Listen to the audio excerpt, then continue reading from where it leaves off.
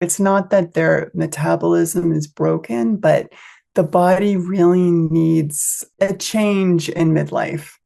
One of those biggest shifts is a gradual loss of muscle over time. So by the time you're 40, everything isn't equal anymore.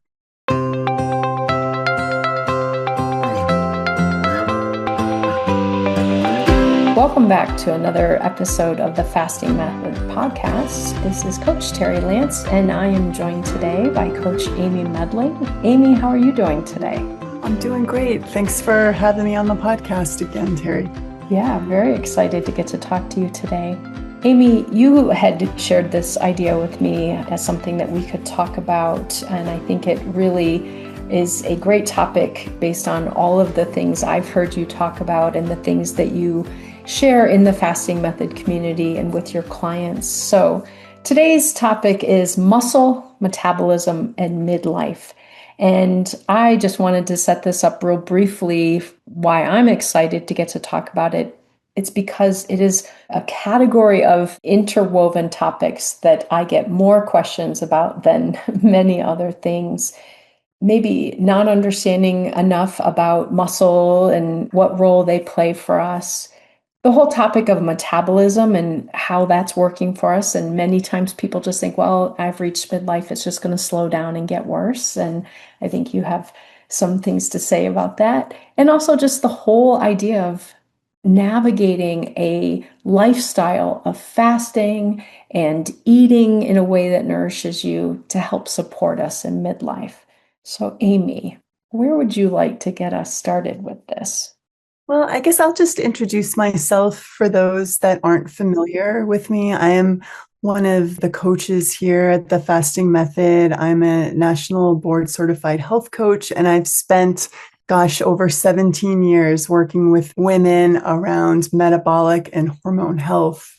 Much of my work focuses now on helping women in midlife and beyond use fasting and nutrition and lifestyle strategies like movement and building muscle to support their metabolism and just feel better in their bodies. This morning, I was actually just having coffee with a group of friends. All of us are in perimenopause or beyond. And the big question around the table was, why does what I used to do with diet and exercise just not move the needle anymore? And I was hearing things like, I'm eating the same way I always have, or I'm even exercising more than I used to, but the results are just not the same. And this is something that I hear all the time working with folks here at the Fasting Method in community group meetings, especially women in their 40s, 50s, 60s. And I think my big message is it's not that their metabolism is broken, but the body really needs a change in midlife. One of those biggest shifts is a gradual loss of muscle over time. So by the time you're 40, everything isn't equal anymore. I think that adds to the importance for so many of us. And for me, I didn't develop this early on, so came to it later in life, but that if we're not actively maintaining our muscle, we are going to see even greater loss and greater impact from that loss. And so that emphasis on how do we maintain muscle, how do we keep it actively working for us, I think becomes more and more important as we age. Yeah, and I think many women come to TFM after spending decades just dieting or doing lots of cardio, which can unintentionally lead to losing muscle. And of course, as we age, we lose muscle as well. And muscle is so important for metabolic health. Our muscle is metabolically active tissue. And when we use our muscles, they help pull glucose out of the bloodstream and use it for energy. So building and at the very least preserving the muscle that we have becomes such an important part of supporting metabolism, especially in midlife. I like to say in midlife, muscle becomes metabolic currency. And, we want to build up our bank. And I think folks get caught up a lot with the scale and how much they weigh. And I think one thing that can be very helpful to remember is that the scale doesn't always tell the whole story. As women begin to strength train, and maybe it's just getting more active, or if they're just rebuilding muscle, the scale may not always move in the way that they expect. I just want to kind of give a caveat because some people get a little worried if the scale goes up. Body composition can be improving. So as you work on your building muscle, notice how your clothes fit. Are clothes fitting better? Strength improving? Is your metabolic health improving? So I just wanted to make sure that I didn't forget to say that the scale isn't always a great indicator of the progress that we're making. I know for me at this stage of my life, I'll be 57 in another week. By the time this rolls out, I've already passed that date. But I know that keeping my body active, keeping my muscles active. I started working out with a trainer because I know that that greatly affects my glucose control. As you mentioned, because our muscle fibers, our muscle tissue is more useful metabolically, it burns energy even at rest. So even when we're not doing movement, our muscles help us.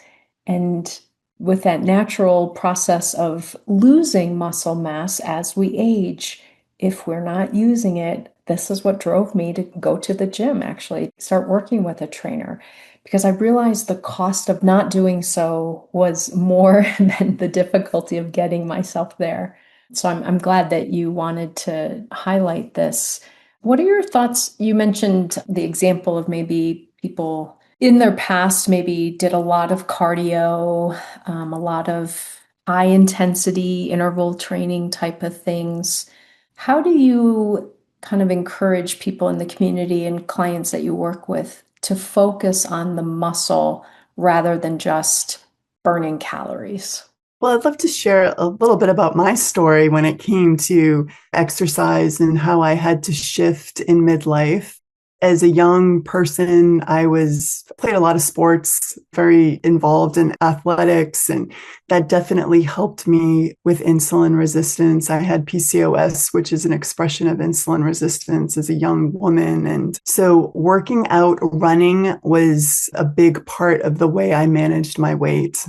And then in my early 20s, 30s, I became very active at my gym. I did a lot of body pump classes, continued to run, was raising children, managing a business, lots of stuff going on. And then when I hit about 42, perimenopause, and life was just stressful, I realized that my body was not responding well to this level of intensity. So for several years, I shifted towards, I don't know if you've ever heard of bar workouts, bar Pilates. They were wonderful for my nervous system. So they really helped with my adrenal health. I kind of calmed down from the running. They gave me strength in a gentler way. So a lot of women in midlife, cortisol goes up naturally. So you combine that with all of this high intensity exercise, whether that's kind of a single exertion exercise of like running or spin classes, Orange Theory, these really intense classes, they can really affect our nervous system in somewhat of a negative way and can really affect our metabolism. And we're not able to release the weight that we were able to back in our 20s and 30s when we can adapt to the higher cortisol. And that all worked great for me. But then after a while, I noticed something really interesting. When I was gardening or hiking, I remember that one spring, I just realized I lost a lot of functional strength. I was no longer using weights, just kind of relying on that body exercise or the body weight exercises. So I went back to lifting weights in, my late 40s and have continued through my, I'm 54 and I lift weights 2 to 3 times a week while keeping a variety with things like yoga and Pilates and bar and walk. And we can talk about walking too here in a minute. But For me, that balance feels much better for my body. And so I think the takeaway message that I had was that in midlife, the goal isn't necessary to push harder, because I think when we see that scale not going in the direction that we want to, our first reaction is to push harder, to work harder, to exercise harder. And that's not always the best way. We really need to train smarter and often let go of that. I call it chronic cardio. I've had several clients over the years who they're just so puzzled in midlife when they start training for half marathons and they're doing lots of kind of chronic cardio that their weight actually goes up. And I think one of the reasons is that elevated cortisol with the chronic cardio, and then it kind of creates a whole hormonal cascade. And so learning to manage that cortisol response while you're still building muscle and being active is important. And everybody has to kind of figure out what that balance is for them. I think you've really emphasized too that something that I keep hearing when I think of this is that the role of recovery. I think as even with fasting, people hear that something is good for them. And so it sounds like more is probably helpful. So running more intense HIIT classes and not giving themselves that opportunity to recover and let their body restore. I think that's something that many of us struggle with, especially as we move through these perimenopause into menopause years. Yeah, I think recovery becomes just as important as the effort in midlife. Recovery is as important as an activity. So sleep, stress regulation, and giving your body that time to repair and recover is just so important for metabolic health. And what worked for us in our 20s and 30s, I remember running almost every single day in my 20s, pushing hard all the time. It just doesn't work as well. And our bodies in midlife and beyond just respond better to a rhythm of strength and movement and nourishment and recovery. You're right, Terri. Mm-hmm.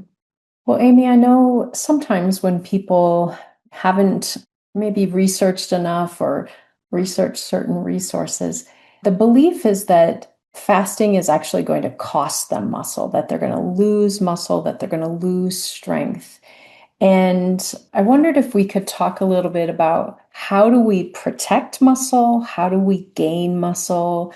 What is the role maybe of fasting and eating? Obviously, it's not a one-part feature here. How do we go about trying to protect and conserve our lean mass? Yeah, well, of course, we want to be doing strength training. That might look like working with a personal trainer like you're doing, Coach Terri, at the gym. It might look like functional movement. Another thing that's important to remember, that movement doesn't just happen in the gym. Functional movement throughout the day counts to things like gardening and yard work and carrying groceries and climbing stairs, house projects. All of those things engage our muscles and keep our bodies strong. Our bodies are designed to move throughout the day, not just during a workout. Another piece that becomes really important in midlife is protein intake. And protein provides the building blocks that our body needs to maintain and repair muscle. You probably see this with many of your clients, especially those who have dieted for years, that they simply aren't eating enough protein to support muscle health. And they're really surprised when we ask them to keep track of how much protein you're eating over the course of the day and track those macros. And they often are well below what they need to kind of maintain at the very least and support muscle health. So when we're thinking about metabolic health, protein and muscle, building muscle, protein really plays a key role alongside the fasting too. And I think some folks are kind of worried about fasting while they're trying to gain strength and build muscle, and what kind of timing, what does that look like? One way that I personally like to approach this is being just thoughtful how movement fits into fasting. So on days that I am fasting, I often keep movement gentler. I find that things like walking doesn't increase my appetite. First of all, I can walk and fast and feel good. I mean, everybody needs to figure out what works best for them, but I could do gentle yoga or Pilates. But on those days that I am doing strength training, I like to intentionally plan to break my fast afterwards with a nourishing meal that includes adequate protein. And, not only does that help the body have the building blocks it needs to support the muscle repair, but I'm just hungry after a strength training workout or a more vigorous workout. So I encourage clients to find a rhythm where your fasting, your nourishment, your movement, they all are together in a dance and they support one another. I think about fasting can help us access that stored energy that we have in our liver, in our cells, but muscle, it helps the body use that energy well. So that's kind of how I think about it. Mm-hmm. Yeah, there are so many layers to the importance of these things and how they work together. For those of us, I know I've struggled for many years with type 2 diabetes and metabolic syndrome, PCOS, as you mentioned earlier. Stored body fat does not help us metabolically. It's a cost. It's a little bit of a burden. And again, protecting and even building lean mass works for us. It helps with our use of glucose and our insulin sensitivity, whereas stored body fat allows us to continue to stay insulin resistant. So I think it is really important how these things work together. And I don't know the exact science of this. I sometimes try to remind people that I was an English major in college, but that lean mass muscle also helps with our bone density and other things that also can become worse as we age. And so moving our muscles helps with our glucose usage. It helps with our insulin sensitivity. It helps with our bone density. Again, this is why I went back and realized I needed to adjust my thoughts about exercise, because those things are really important. I want my body to be more efficient. I want it to be optimized as far as how it's using glucose and its insulin sensitivity and all those things. So I love your suggestion too, Amy, about that how we move is going to vary based on where we are in our fueling with food and fueling with fasting process goes. And sometimes people think, oh, am I allowed to work out if I'm fasting? Should I not do that on eating days? Can I? There are people who run marathons fasted. But your experiences, those are better days for me to do a lower intensity activity. And when I do something more intense, to replenish, to make sure my body gets the fuel that it needs. I think oftentimes people get so caught up on exact numbers, how many grams of protein and how often and things. But I think that you just really laid out a really nice way of thinking about using our food and our movement and our fasting to help optimize our muscle and our metabolic system. Yeah, as you were talking about the bone health, which you're absolutely right. It's the building muscle. Those muscle contractions, they kind of place stress on our bones, which stimulates those bone building cells. And then I was thinking of another just great benefit of movement in midlife. And this kind of goes along with what you talked to us about is mood and emotional health, movement and spending time in the gym. It has such a powerful effect on mood and strength training, walking, movement. It helps us regulate stress hormones and supports all those good neurotransmitters that affect our mood. Mm-hmm. So for me, it's not just a big lever in my metabolic health, but in my emotional health, well-being, and just a way to really manage my stress. You feel so grounded and calm, or at least I do, after a good strength training session or a yoga session. And energy too. I think a lot of women in midlife complain that they're fatigued or they just don't have energy, the energy that they had when they were younger. But for me, often I have to move to create that energy. And muscle helps the body manage glucose more efficiently. So energy levels, I think, tend to feel more stable through the day because, as we all know, when blood sugar is more stable, we're not going to have all of those afternoon crashes that we may have noticed when we're not moving and kind of building muscle.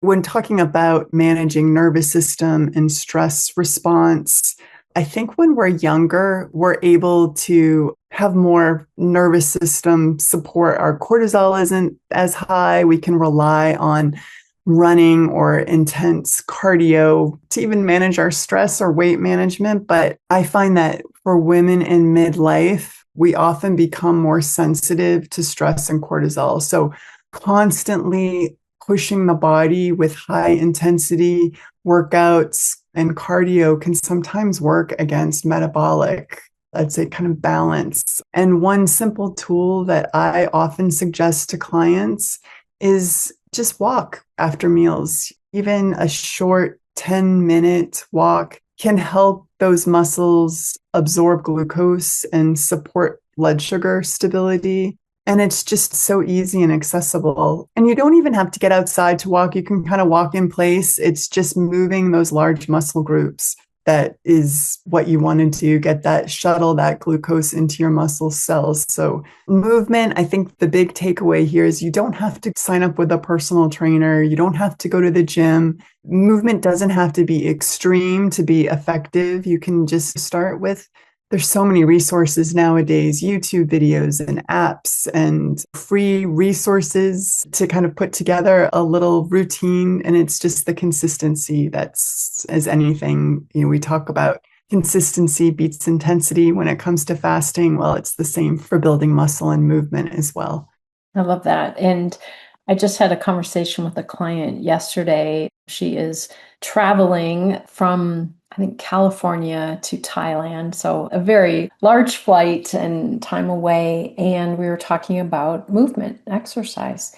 And I encouraged her, if she has some resistance bands, to take those with her, because you can do that in your hotel room. You can do that if you're staying at a friend's home or whatever. So you don't have to have access to equipment, but you can really use resistance and body weight as huge ways to get some of these benefits that you're talking about. Again, inexpensive, body weight is free. So we can definitely do things to help maintaining muscle, help with our metabolism as we age.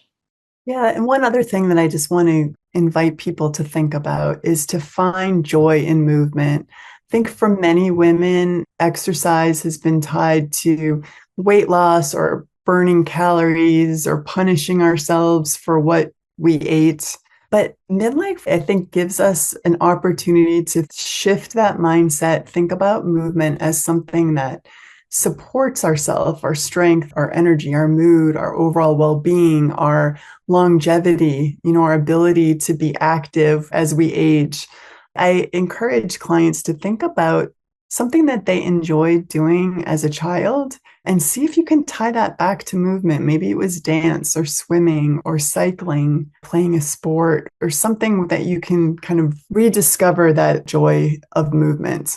Movement becomes something that we do to care for our bodies and not something we do to punish them. I think that's super important, because so many of us have done movement or exercise because it is something we should do. And it almost feels like a torturous thing that we do to ourselves versus it's a gift that we give ourselves. It's a way that we support. Yes. I love that. Amy, one of the things I really appreciate about your perspective on these things is that term in the title of midlife. I feel like some people hear that term or read that term and automatically clench up a little bit or have a pause that somehow this is a negative thing. I think you really have an approach in everything I've ever heard you talk about that is really about this is another great time in life, but we need to know how to adapt to it. Like your conversation this morning with your friends, it can be very frustrating if you don't know. Yeah, of course, what used to work for me doesn't work the same way. I'm not the same person. My body doesn't do the same things, but that's not a negative. I just need to learn how to interact with my body differently, how to support it and nurture it differently. And so I really appreciate it once again that that's the tone that you bring to this, that midlife is not dun dun dun, that it's really a great part of life. And we can focus on still doing well with our metabolic health and our muscle being part of that, that it's not a lost cause. And I think a lot of people have erroneously fallen down that path. So I really appreciate that.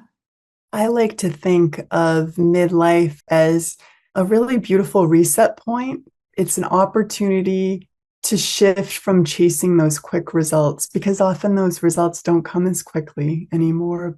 It's an opportunity to build a foundation for long-term health and vitality. It's kind of the beginning of a new strategy.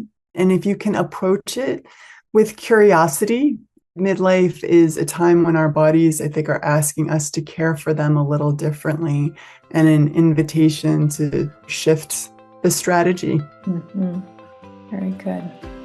Well, Amy, I look forward to the next time that we do an episode together so that I can absorb more of this tone and outlook that you have. So until then, Amy, take good care, and everyone out there, take good care of you, and we'll be back again next week with another episode.